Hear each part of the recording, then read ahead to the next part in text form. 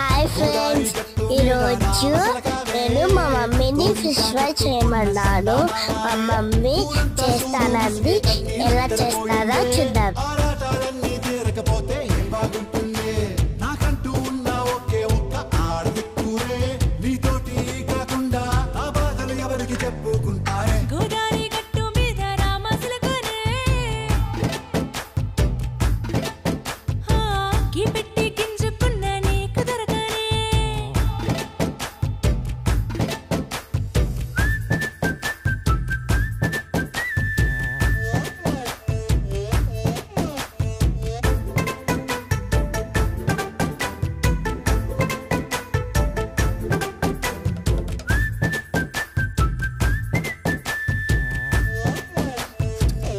friends, మీరు కూడా